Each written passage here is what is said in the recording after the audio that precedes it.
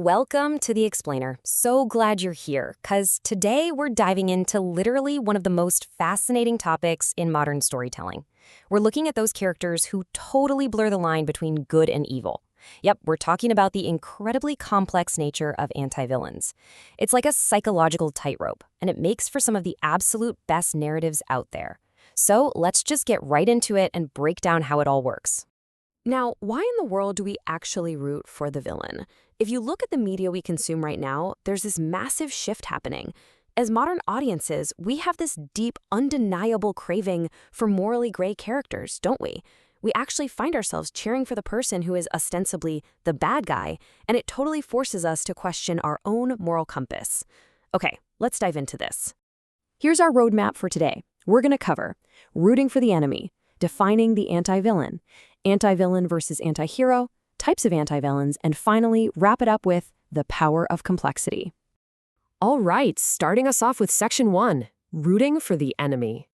You know, the days of those mustache-twirling, purely wicked antagonists. Yeah, they're largely behind us. Nowadays, we want flawed heroes and really complex villains with backstories that actually show their humanity. We crave antagonists who defy those classic, old-school literary conventions. Give us motives we can actually understand, right? We want to see that they aren't just bad for the sake of being bad. It's exactly this craving for complexity that really tests our ethical boundaries. Moving right along to Section 2, defining the anti-villain.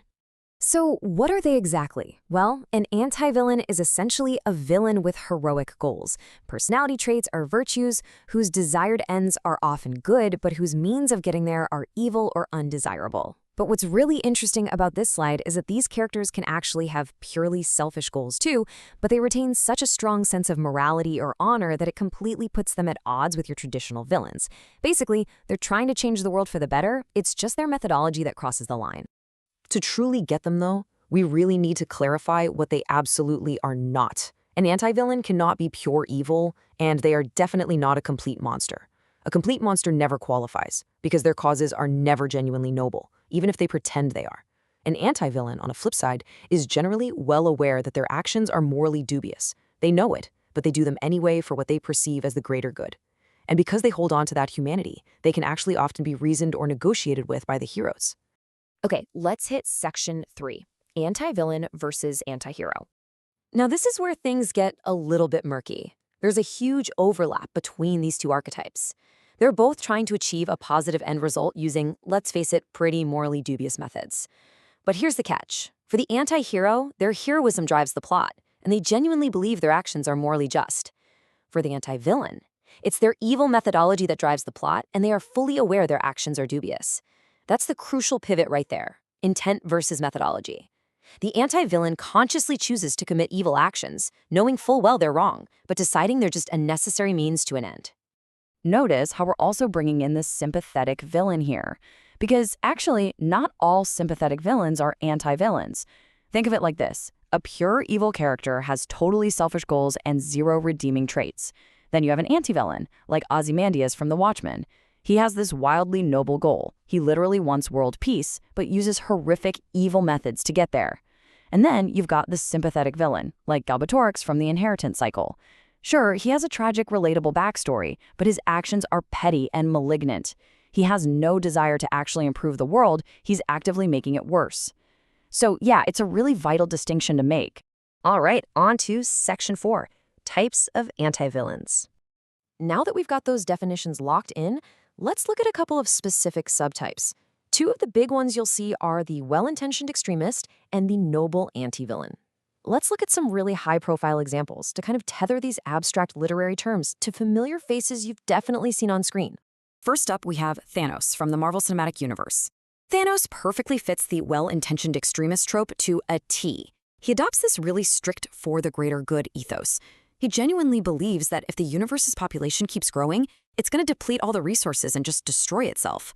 His ultimate goal is stability, but his methodology, global genocide wiping out half of all living things, even murdering his own daughter, yeah, that is horrific and undeniably villainous. Then we have Eric Killmonger from Black Panther. Now, Killmonger wants to use Wakanda's technology to arm and liberate oppressed Black people all over the world. The narrative grounds his anger so sympathetically in centuries of systemic, real-world oppression. However, his chosen method, establishing totalitarian control and inciting worldwide violence, well, that directly opposes Wakanda's core philosophy of strength through peace. Another absolutely incredible example is Magneto from the X-Men. Magneto is your classic anti-villain. Because he's a Holocaust survivor, his tragic origin story completely fuels his extreme measures. He is obsessed, and rightly so, with protecting his people, the mutant race, from experiencing the kind of genocide he witnessed as a child. He's trying to improve the world for a specific victimized subset of society. But the catch is he's willing to harm or subjugate humans at all costs to achieve that mutant supremacy. Take this quote, "I will take what is mine with fire and blood."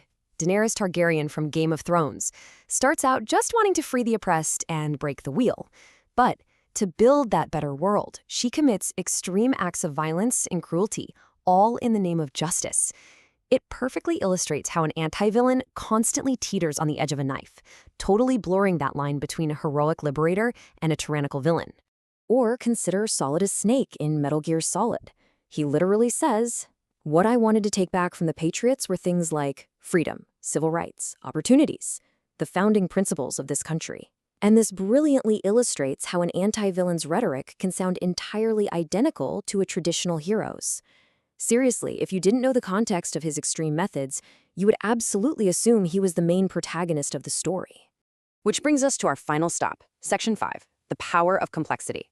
So, how does all this build into the core reason creators use these characters in the first place? Why go with this archetype instead of just giving us a bad guy who's super easy to hate? Well, anti-villains force us, the audience, to re-examine our own morality. They make stories morally complex, ambiguous, and a lot more grounded in reality. Because, let's be real, in actual life, very few people genuinely believe their actions are unjustified, right? Everyone thinks they're the hero of their own story. By giving us villains with noble goals or sympathetic motivations, it forces us to pause. It makes us examine the world through a completely different lens, creating a much more nuanced and compelling dynamic. So I want to wrap up this explainer by turning the focus right back over to you. Who is your absolute favorite anti-villain, and what do they reveal about your own moral boundaries? Take a second to evaluate some of your favorite stories. Think about the villains who made you hesitate, the ones whose big speeches made you nod along in agreement, right up until you realized the absolute horror of what they were actually planning to do. It's such a fascinating exercise in understanding both storytelling and, well, ourselves. Thanks so much for joining me on The Explainer today, and keep asking those tough questions.